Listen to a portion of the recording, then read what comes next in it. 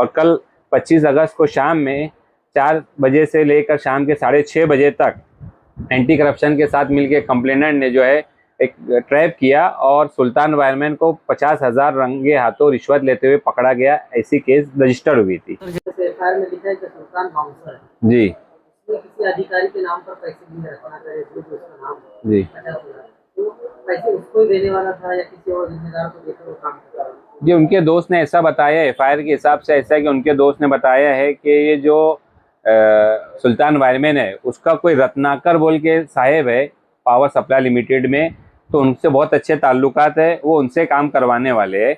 FIR में जो 3 लोगों के नाम आए हैं कि दीपक या पुरोहित या रत्नाकर, तो ये तीनों में से ही कोई ऐसे शख्स है जिनसे वो काम करवाने वाले थे, लेकिन पुलिस ने जो है उस सिम तभी कोई भी तपास नहीं की है।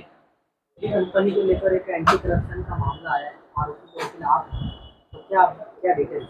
देखिए, आज छावनी पुलिस स्टेशन में कल एक मामला दर्ज हुआ जिसमें एक एंटी करप्शन सेक्शन 7A के तहत छावनी पुलिस स्टेशन में एफआईआर दर्ज की गई है, जिसमें जो कंप्लेनेंट है अंसारी अब्दुल रहमान हबीबुर रहमान रहनार मुस्लिमपुरा, उन्होंने एक ऐसी कंप्लेंट की है कि उन्होंने जो है उनके एक प्लॉट नंबर का जो है डिटेल दी गई है कि सर्वे नंबर 260 में प्लॉट नंबर 31 है, वो जगह उनकी थी।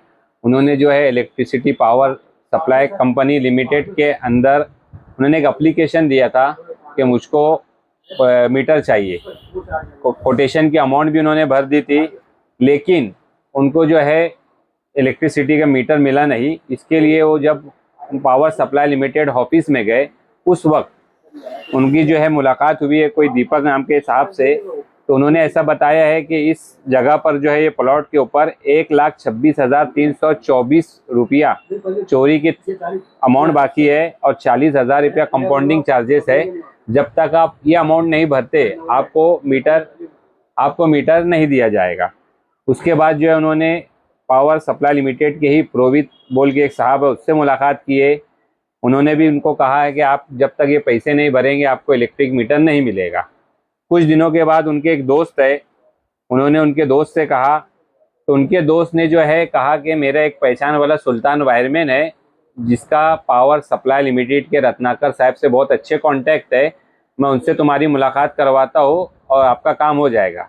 इस तरीके से फरियादी जो उनके दोस्त के साथ जो है सुल्तान वायरमैन से मुलाकात किए और उनका ऐसा कहना है कि सुल्तान वायरमैन ने बोले कि 80,000 रुपया जो है आप मुझको दीजिए, मैं सब काम करके देता हूँ।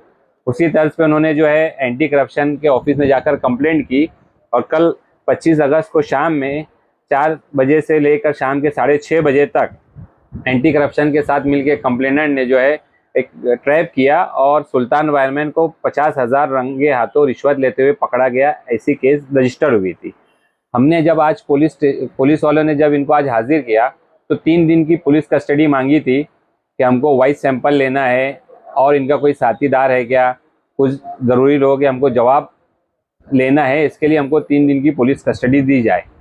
हमने आरोपी की तरफ से ये आर्गूमेंट किया है कि सेक्शन 21 जो है आईपीसी का पब्लिक सर्वेंट की जो डेफिनेशन है, तो पावर लिमिटेड सप्लाई जो मालेगांव पावर सप्लाई लिमिटेड जो कंपनी है ये एक प्राइवेट फ्रेंचाइजी है, प्राइवेट कंपनी है जो महावितरण से कॉन्ट्रैक्ट बेसिस पर यहाँ पर है।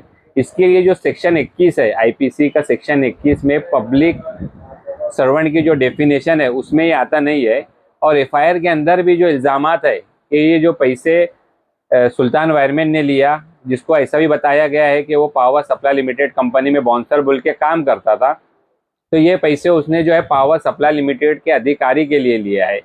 तो पावर सप्लाई लिमिटेड के अधिकारी भी पब्लिक सर्वेंट की डेफिनेशन में नहीं आते हैं। इसके लिए हमने कोर्ट को बोला कि ये एंटी करप्शन का जो सेक्शन लगाए है यही इलीगल है, यही गलत है, ऐसा एक्ट से सेक्शन के तहत कार्रवाई आरोपी के खिलाफ नहीं की जा सकती। साथ ही हमने कोर्ट को ये भी बताया कि पुलिस का जो बोलना है कि हमको वॉइस सैंपल लेना है, कल दोपहर से आरोपी उनकी कस्टडी में है और वॉइस सैंपल के लिए फिजिकल कस्टडी की कोई ज़रूरत नहीं है। जुडिशियल कस्टडी में भी इवन आरोपी अगर बेल पर जमानत पर बाहर आता है उसके बाद भी वॉइस सैंपल ली जा सकती है। जो भी डॉक्यूमेंट्स है, इलेक्ट्रिसिटी थीफ्ट अमाउंट बाकी है या नहीं, ये पावर सप्लाई लिमिटेड के पास पूरे डॉक्यूमेंट्स है। और जो जवाब लेना है तो एंटी करप्शन में जब पोस्ट रैप पंचनामा और प्री ट्रायल पंचनामा, जैसे ही ये दोनों पंचनामे हो जाते हैं तो प्रैक्टिकल इन्वेस्टिगेशन हो जाती है। जो कंसर्न लोगों के जवाब लेना है वो भी पुलिस कभी भी ले सकती है। इसके लिए उनकी फिजिकल कस्टडी या पुलिस कस्टडी देने की ज़रूरत नहीं है। दोनों सरकारी वकील हमारा और आयोग के आर्गूमेंट सुनने के बाद कोर्ट ने जो है पुलिस कस्टडी ना देते हुए आरोपी को जुडिशियल कस्टडी में भेजने का हुक्म दिया है।